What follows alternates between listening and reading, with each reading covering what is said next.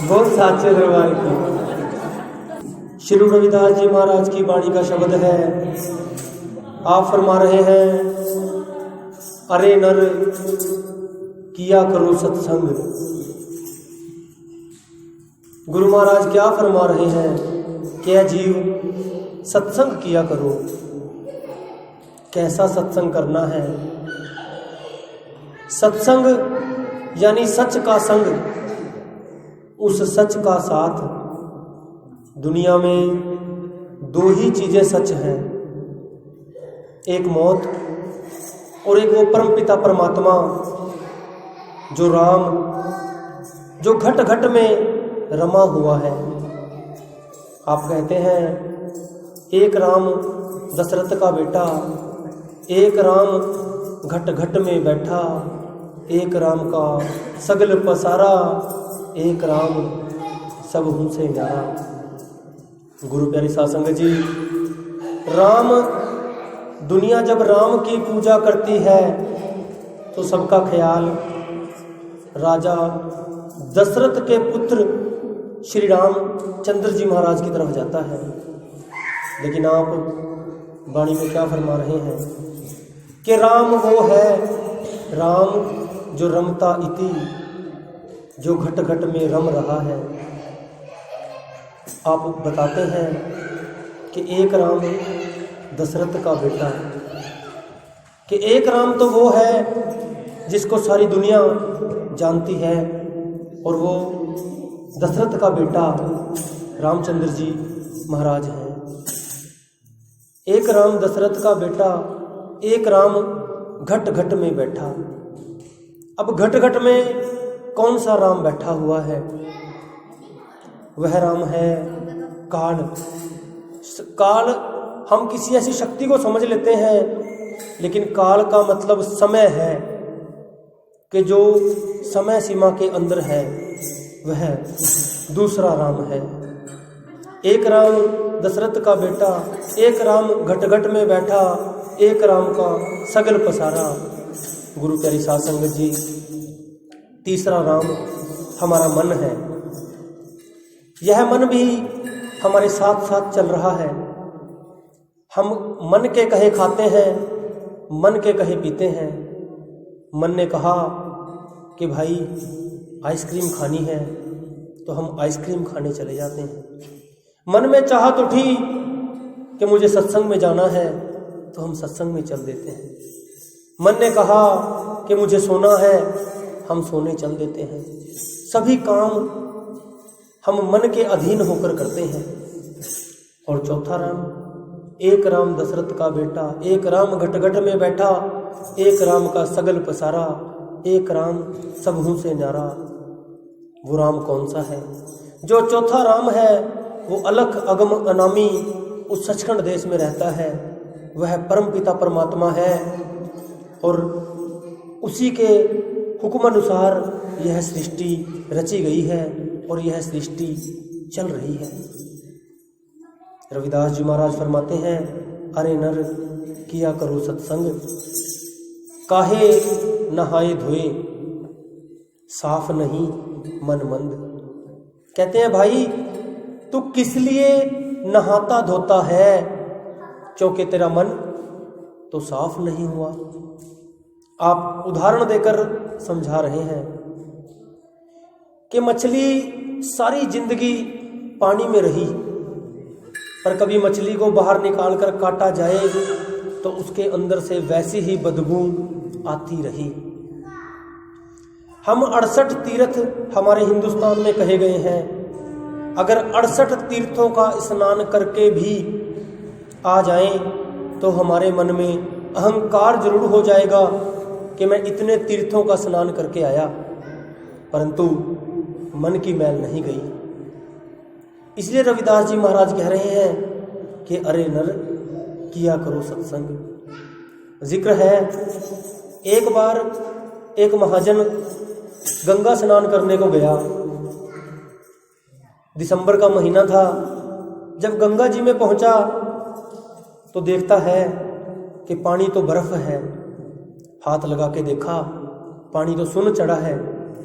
सोचता है अगर इस ठंडे पानी में नहा लूँगा तो निमोनिया हो जाएगा। विचार करता है। अब विचार करके क्या करता है, एक पत्थर उठाकर गंगा जी में डाल देता है और वापस अपने घर को आ जाता है। रास्ते में उसका एक मित्र मिला, उसको पता था कि गंगा स्नान को गया है। वह पूछता है कि भाई गंगा स्नान हो गए? अब वो नहाया तो था ही नहीं, उसने तो एक पत्थर गंगा जी में डाला था। क्या बोलता है, ज्यों किंकर स्नान त्यों मन कर स्नान, कि जैसे उस पत्थर ने स्नान किया ऐसे मैंने स्नान कर लिया। लेकिन उसका जो दोस्त था वो उससे भी ज़्यादा सियाना निकला। कहता जो तोरे स्नान वो मोरे स्नान, कि भाई जैसे तूने स्नान किया ऐसे मैंने भी स्नान कर लिया। मतलब हमने तो तीर्थों को मखौल बना रखा है। रविदास जी महाराज क्या कह रहे हैं, अरे नर किया करो सत्संग। तीसरी पातशाही गुरु अमरदास जी महाराज, तब आप गुरु गद्दी पर नहीं थे, कर्म कांड में उलझे हुए थे। उनका कोई साधु मित्र था, उनके साथ बहुत समय तक गंगा स्नान करते रहे। एक बार उनके मित्र ने कहा कि यार अमर, तेरा गुरु कौन है? वो कहता है मेरा कोई गुरु नहीं। अब उस महात्मा को इतनी ठोकर लगी कि मैंने निगुरे का पानी पी लिया, अब मेरे को पाप लगेगा। तो गुरु प्यारी साध संगत जी, गुरु की बहुत ज़रूरत है और आप क्या कह रहे हैं, अरे नर किया करो सत्संग। हर का सिमरन छोड़ बन बावरे, द्वादश तिलक चढ़ावे अंग। क्या जीव तो उस मालिक का भजन सिमरन छोड़कर जंगलों में जाता है और 12 तरह के अपने अंग पर तिलक लगाता है। जैसे मस्तक पर तिलक लगा लेते हैं, अपनी कोहनियों पर, बाजुओं पर तिलक लगा लेते हैं, अपने कंठ यानी गले पर तिलक लगा लेते हैं। कहते तू 12 तरह का तिलक लगाता है, बाहर का भेख धारण करता है, पर अंदर तेरे काम क्रोध लोभ मोह अहंकार दिन रात छलांगे मार रहे हैं। आप आगे कहते हैं, साधु हुआ तो क्या हुआ, मन में नहीं ज्ञान उमंग। कहते अरे जीव तू साधु हो गया, अब साधु से हमारा भाव क्या है?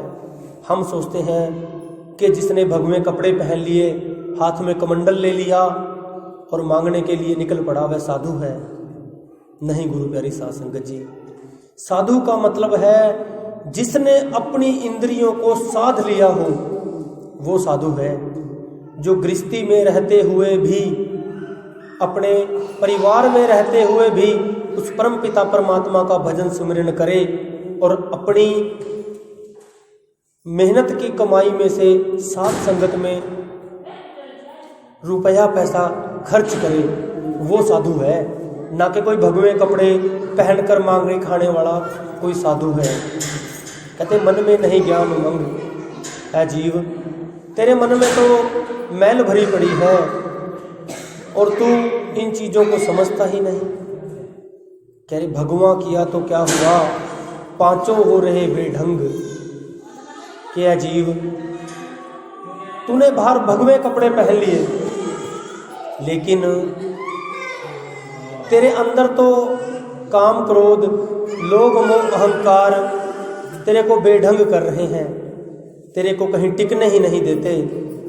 कभी काम का ख्याल आया, पराई स्त्री की तरफ खिंचा चला गया। कभी क्रोध का ख्याल आया तो लाल पीला होने लग गया। कभी लोभ का ख्याल आया तो अपने उसूलों को भूल गया। कभी अहंकार का ख्याल आया तो मैं, मेरा बंगला, मेरे बेटे, मेरी बिल्डिंग, पता नहीं क्या क्या कहने लग गया। आप क्या कहते हैं, काम क्रोध लोभ मोह अहंकारा, इन पांचों ने जग को मारा। पाठी को पाठ करने का अहंकार है, सत्संगकर्ता को अपने सत्संग करने का अहंकार है, पैसे वाले को अपने धन का अहंकार है। सभी अहंकार रूपी इस माया से डसे जा रहे हैं। आप कहते हैं सिर पर जूट जटों का भारी, शुद्ध नहीं होता तेड़ तगड़ के अजीब, तूने अपने सिर पर बड़े बड़े केश रख लिए और बड़ी बड़ी जटें रख ली। अब पहले तन शुद्ध भी कर लेता था, अब तो वो भी नहीं होता। और तू इस अहंकार में बैठा है कि मैं बड़ा ज्ञानी हूँ। आप क्या कह रहे हैं?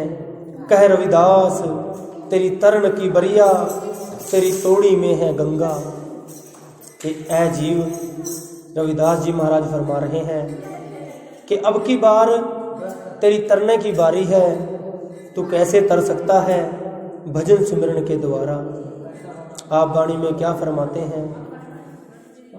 एह तेरा अवसर, एह तेरे बार, घट भीतर तू देख विचार। आप क्या फरमा रहे हैं कि ये जो मनुष्य का जन्म मिला है 84 लाख योनियों में धक्के खाने के बाद मिला है, और इस जामे की हम कद्र करने की बजाय इसको कहाँ कहाँ अंधेरे में धक्के खा रहे हैं। विचार करने वाली वस्तु है। अभी शब्द पढ़ रहे थे, यह जन्म तुम्हारे लेखे माधो, जन्म तुम्हारे लेखे। विचार करें, हम कितना मालिक के लेखे में जन्म लगा रहे हैं। भाग वाले हैं वो जीव जो गुरु की चरण शरण में आकर समय देते हैं। एक घड़ी आधी घड़ी, आदि से कुन आध, कबीर संगत साधकी, कटे कोट अपराध। यही रविदास जी महाराज फरमा रहे हैं।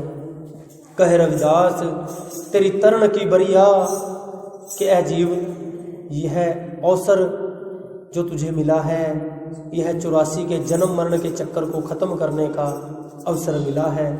भजन सुमिरन करके उस मालिक का पल्ला पकड़ ले और इस 84 लाख जिया जून के चक्कर से तेरा छुटकारा हो जाएगा। बोल साचे दरबार की जयकारा कांसी वाले दा।